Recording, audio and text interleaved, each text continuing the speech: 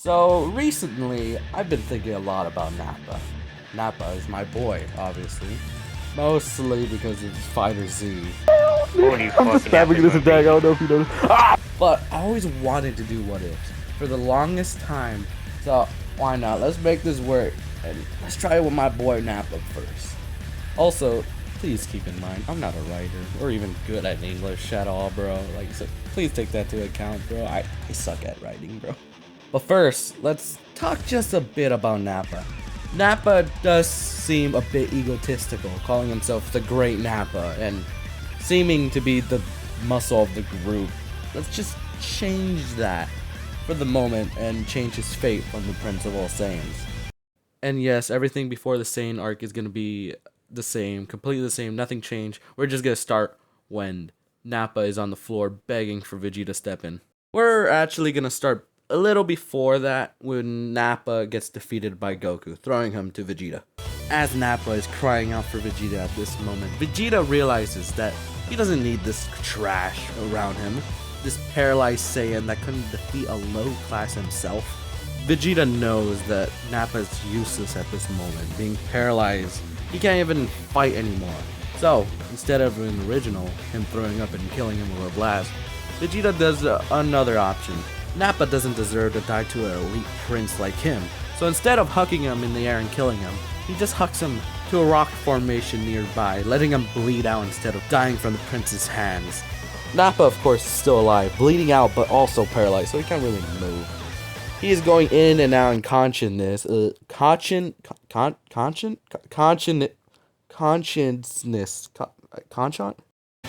Anyways, you know what I mean, bro. He passes out. As he lies there unconscious, the fight still goes on, ending like in the original. As it ends, Vegeta escapes back to space with his Saiyan pod and leaves Nappa there. Still not dead though, he's still unconscious, clinging to life. As the battle ends, Krillin and Gohan go look for the other Saiyan's Saiyan pod.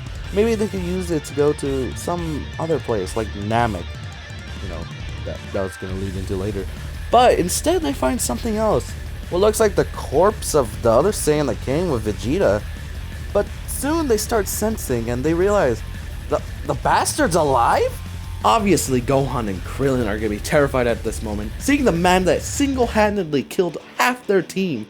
Clearly in this moment, they're gonna think they're gonna have to face Nappa by themselves because Goku's out of commission. He just got out of his fight with Vegeta, he's injured on the floor. But he slowly passes out again. Goku was able to muster up a bit of power just to get up and walk to them, seeing Nappa of all people on the floor still alive.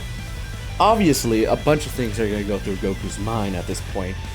Seeing that Nappa is still alive with no Vegeta, Vegeta escaped without him, ditching him. He doesn't know how to feel that his only friend abandoned him on the floor. Obviously, Goku won't kill him. He's good-hearted, he let Vegeta go. He sees that Nappa is in pretty bad shape at this moment. So, the only logical thing he knows of is to help him. But Goku can't just give him a senzu bean. He just ran out. So, the next best thing, as soon as Bulma comes, you take him to the hospital with Goku. As the Z-Fighters stay in the hospital, most of the Z-Fighters are staying on edge just in case Nappa wakes up. They're terrified of him, killing half their team. Of course they'll be terrified. It's a few days until Nappa wakes up again, but when he does, he's instantly alerted, seeing all the Z-Fighters there staring at him. He tries to get up, trying to get away from the Z-Warriors, but he can't. He's stuck. He's paralyzed still from the fight. He's stuck on Earth, with no means to escape. Goku soon gets up, greeting Nappa as he wakes, but he doesn't know if he's supposed to be friendly or hostile. Instead, he greets him, but proposes a plan with him. Goku has already told the plan to the other Z-Fighters. Of course the Z-Fighters are very hesitant, especially Gohan. Gohan wants him dead. He wants him gone after he lost Piccolo during the Saiyan attack. He absolutely hated Guts. Of course he doesn't want to team with him. Krillin, on the other hand, does bring up an interesting point. Piccolo was evil before they teamed up. Maybe they could change Nappa. Maybe he could become good. So, Goku brings up the idea to keep Nappa alive. But they do want information on Vegeta's whereabouts and what else are the Saiyans. as well as teaching him how to reverse engineer the Saiyan pod for Bulma's ship.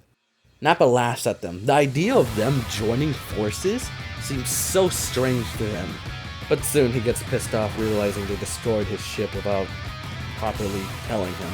He soon is filled with rage, not just only for the Z-Fighters, but there's a rage in there. He's never felt a rage so strong that he starts shaking in anger.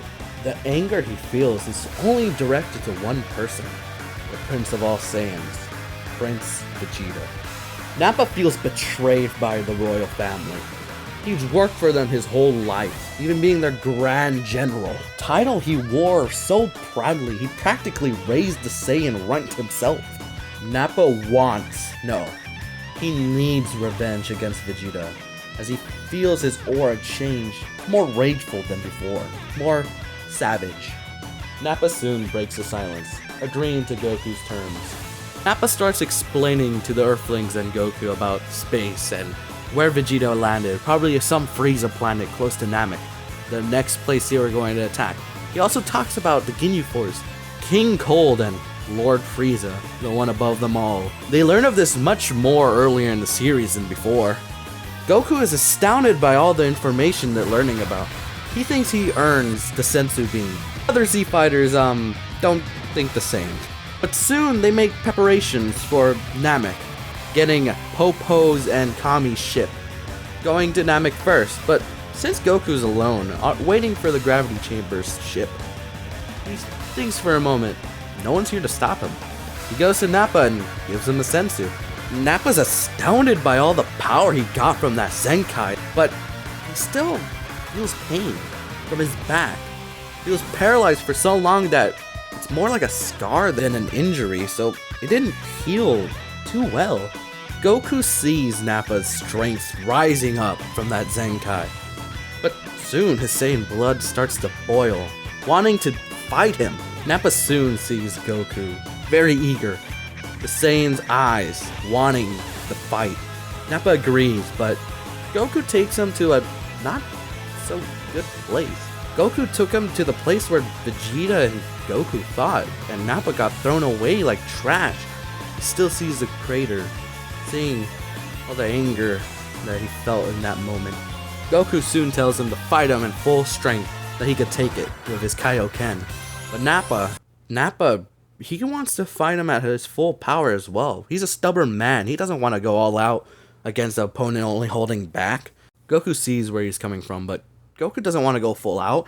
It'll be overkill. Nappa soon speaks up to Goku, saying that he's superior than his family, superior than that bastard Raditz. He thought Raditz was such a disappointment from Goku's bloodline, that he was so disappointed that the son of Bardock was such a weakling.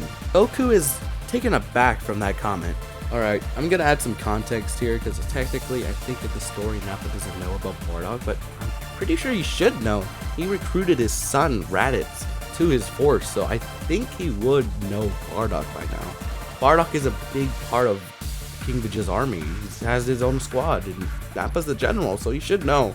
As Goku is thinking about this revelation about his father and his bloodline, Nappa throws a sucker punch at him. Goku, being surprised by that sucker punch, now gets his head into the game. As they start fighting seriously, Goku starts to overpower him. The thought of being overpowered by a low-class warrior brings so much anger to Nappa, but he starts to fight Goku more savagely with this anger. He's using the anger against Goku, but he's more angry than usual. He's thinking about Vegeta. As he uses the rage against Vegeta against Goku, he starts to overwhelm Goku, but something happens. Goku stares at Nappa for a while, his eyes widening from surprise.